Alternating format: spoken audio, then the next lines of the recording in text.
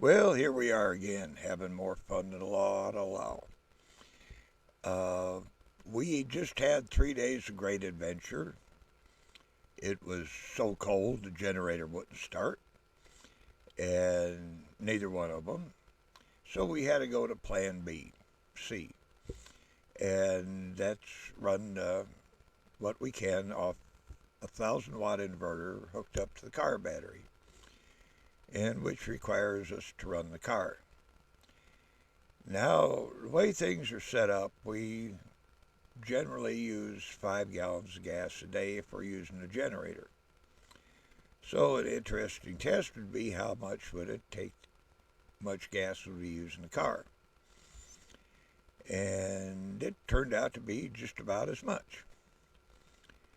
Now the drawback to running off the inverter is while we can get internet and we can get a couple of lights going, we can't run the water pump, we can't run the freezer, and most importantly, we can't run the electric mattress pad warmer upper.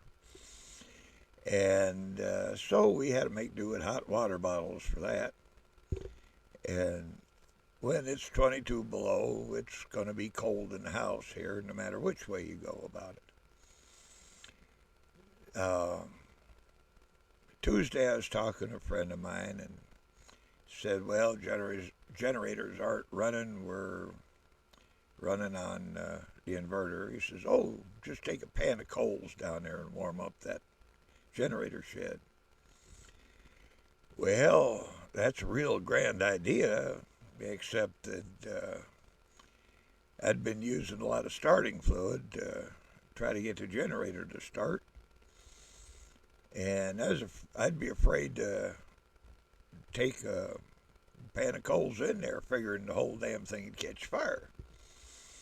Well, so we kind of nixed that idea.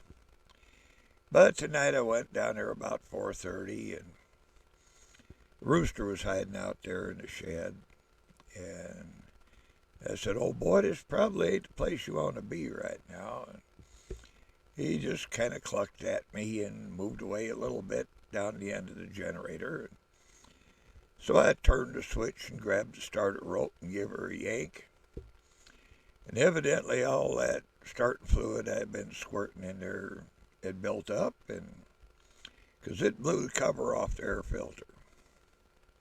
And it nailed that rooster just dead square upside his head, knocked him over, head over teacup. And the screw that was holding the air filter cover out buried in the side of the wall. So I'm thinking to myself, it's probably a real good thing that I hadn't brought that pan of hot coals in there. So, but anyway, it ran for a little bit and stopped. And so I said, no, you did that much, you're going to do some more. And give her another yank, and it ran for a little bit, then kind of died out. And the third time was the charm. Of course, by this time, the rooster's starting to get his wits about him. And he gave me the dirtiest look and took off out of there, and I doubt if he'll be back in there anytime soon.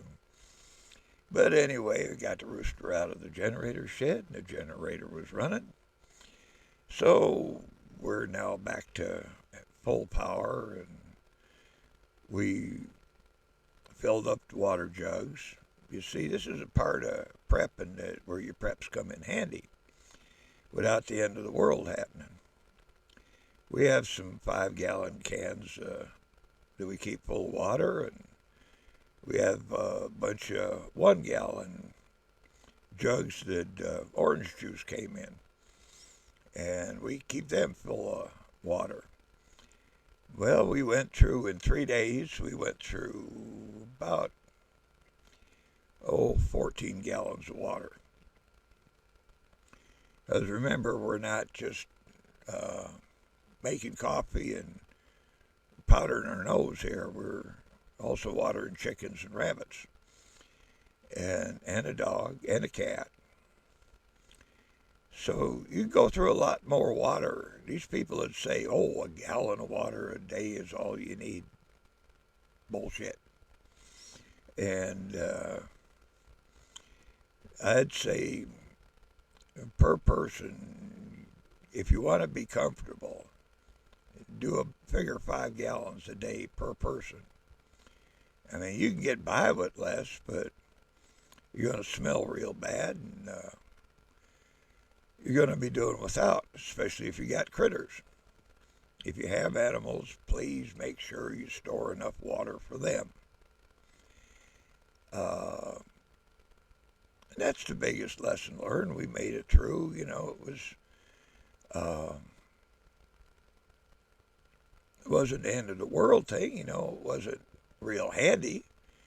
And like I said tonight, that electric mattress pad heater upper is going to come in real handy, and beats having two warm spots where the water bottles were and one where the cat was. But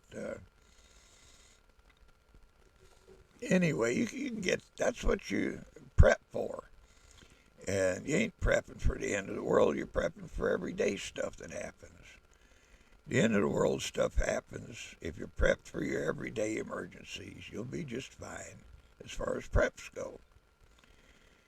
And that's going to be the end of this little lecture.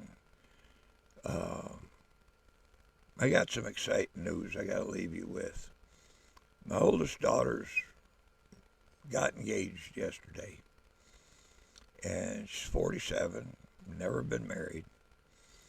And boy, she's marrying he's 47 too, and he's never been married, so it's a lot of fun watching them two trying to get their act together. And just I'm proud of them both. I like the both of them, and it's just getting to be a big day. And with that, I'm going to leave this also. Catch you down the road.